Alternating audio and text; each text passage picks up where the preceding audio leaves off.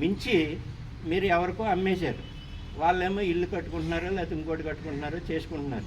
కానీ ఈ రోజుకి కూడా మన పంచాయతీ స్థలానికి హద్దులు నిర్ణయించినప్పుడు దానికి కనీసంగా సరిహద్దు రాళ్ళు కూడా పాటించలేకపోయారని మన పంచాయతీ సెక్రటరీ గారు. కనీసం ఫెన్సింగ్ సంగతి తర్వాత మాట, కనీసం సరిహద్దు రాళ్ళు కూడా పాటించలేదు. సరిహద్దు రాళ్ళు కూడా పాటించకుండా దాన్ని అలా ప్రొలాంగ్ చేసుకుంటూ వచ్చారండి. అలాగే ఈ సర్వే అక్కడ ఒక ఇంటి నిర్మాణం ఆగిపోయి ఉన్నదండి. ఈ స్టేజ్లో కేవలం స్లాబ్ వేసి లోపల బ్రిక్ వర్క్ ఏం లేకుండా ఆగిపోయి ఉన్నదండి. ఈ కలర్ ఫొటోస్ మీకు వాట్సాప్లో పంపిస్తాను సార్. అది మీకు సర్వే ఇదిగోండి. ఒక సర్వే బాధ పాతి అక్కడ ఒక రెడ్ కలర్ వేసారండి, మీకు ఇందులో కనిపిస్తుంది. ఇది ఆ ఉన్న ఇంటికి మెట్ల ల్యాండ్, తర్వాత 2 గదుల వరకు కూడా అది పంచాయతీ చెరువు యొక్క స్థలమే అని చెప్పేసి అక్కడ సర్వే బాధ మండల సర్వేయర్ గారు పాతారు. ఇది సర్వే అయిన తర్వాత దీంట్లో మీకు డేట్లు అన్నీ ఉన్నాయి. 19-11వ తేదీన మండల సర్వేయర్ గారు సర్వే చేశారండి. తర్వాత నిర్మాణం, ఇదిగో సర్వేయర్ యొక్క టీము. తర్వాత ఇలా డేరాలు కట్టుకునండి, ఇలాగా డేరాలు కట్టుకుని లోపల కన్స్ట్రక్షన్ చేసేసుకుంటున్నారు. ఈ విషయం మన సచివాలయంలో కూర్చుని సెక్రటరీ గారు తన కిటికీలోంచి ఇలా చూస్తే వెనకాల కనిపిస్తూ ఉంటుందండి ఈ పక్కన ఏం జరుగుతుందని. కానీ ఎవరు కూడా అక్రమ నిర్మాణాన్ని ఆపలేదు. అంత పెద్ద కమర్షియల్ కాంప్లెక్స్ కూడా ఇప్పుడు వరకు కూడా బిల్డింగ్ ప్లాన్ కూడా లేదు. ఏమండి, నిన్న ప్రెస్ మీట్లో వాళ్ళు ఏమంటారు, ఇక్కడ అసలు ఆక్రమణే జరగలేదని చెప్పేసి అని అంటారు. ఆక్రమణ జరిగినప్పుడు మండల సర్వేయర్ గారు ఎలా రిపోర్ట్ ఇచ్చారు, అలాగే మండల సర్వేయర్ గారు రిపోర్ట్ని ఆధారం చేసుకుని గ్రామ పంచాయతీ సెక్రటరీ గారు 3 సార్లు అది అక్రమ కట్టడం తొలగించండి అని చెప్పేసి 3 సార్లు వాళ్ళకి నోటీస్ ఇచ్చామని చెప్పేసి మాకు తెలియజేశారండి ఆర్టీఐ ద్వారా అడిగినప్పుడు.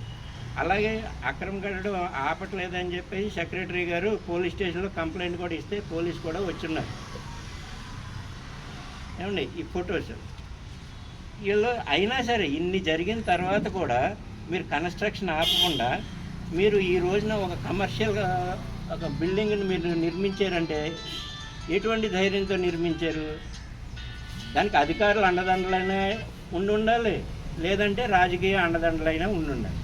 ఒక చిన్న వ్యక్తి మీకు పంచాయతీ స్థలంలో లేదు గవర్నమెంట్ ఫారం బోకులో ఏ కాలువ కొట్టినో చిన్న గుడిసె వేసుకుంటే దౌర్జన్యం అనలో అధికార తరపున దాన్ని తీయించే వరకు కూడా అధికారులకు నిద్ర పట్టదండి.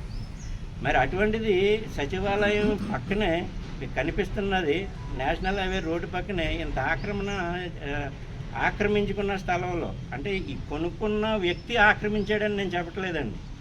ఆక్రమించిన స్థలాన్ని వడ్డే రంగానాయుడు గారు అనే వ్యక్తి ఆక్రమించుకున్న పంచాయతీ స్థలాన్ని వేరే వాళ్ళకి అమ్మేశారు. అమ్ముకున్న స్థలంలో వాళ్ళు నిర్మాణం చేశారు. ఇప్పుడు కొనుక్కున్న వ్యక్తి నిర్మాణం చేసినా ఆక్రమించుకున్నదని అది పంచాయతీ స్థలమే కదండి. అది పంచాయతీ స్థలాన్ని వేకేట్ చేయించవలసిన బాధ్యత పంచాయతీ వాళ్ళకి ఉందంటారు లేదంటారు. As per GO number 188, GO number 188 ప్రకారంగా ఇదిగోండి కేటగిరీ సిలోనండి. అంటే పంచాయతీ డిపార్ట్మెంట్కి కొన్ని రెస్పాన్సిబిలిటీసు, అలాగే రెవెన్యూ డిపార్ట్మెంట్కి కొన్ని రెస్పాన్సిబిలిటీసు ఎండార్స్ చేసి ఉన్నదండి జియో నెంబరు 188. దాంట్లో కేటగిరీ సిలోనండి మీకు all public water works, all public water courses, springs, reservoirs, tanks, cisterns, fountains, wells, stand pipes and other water works as per section 80 of Andhra Pradesh Panchayati Raj Act, minor irrigation tanks, tank bunds and all water bodies and vested porambokes, grazing lands, threshing floors, burning and burial grounds, cattle stands, cart stand stones. ఈ category సిలోనండి ఇది చూడండి, in respect of category C lands the protection of such lands lies not with the gram panchayat but also with the revenue department. అంటే revenue department సహకారం కూడా బాధ్యత కూడా ఉందని చెప్పేసి జియో నెంబర్ 188 తెలియజేస్తుందండి.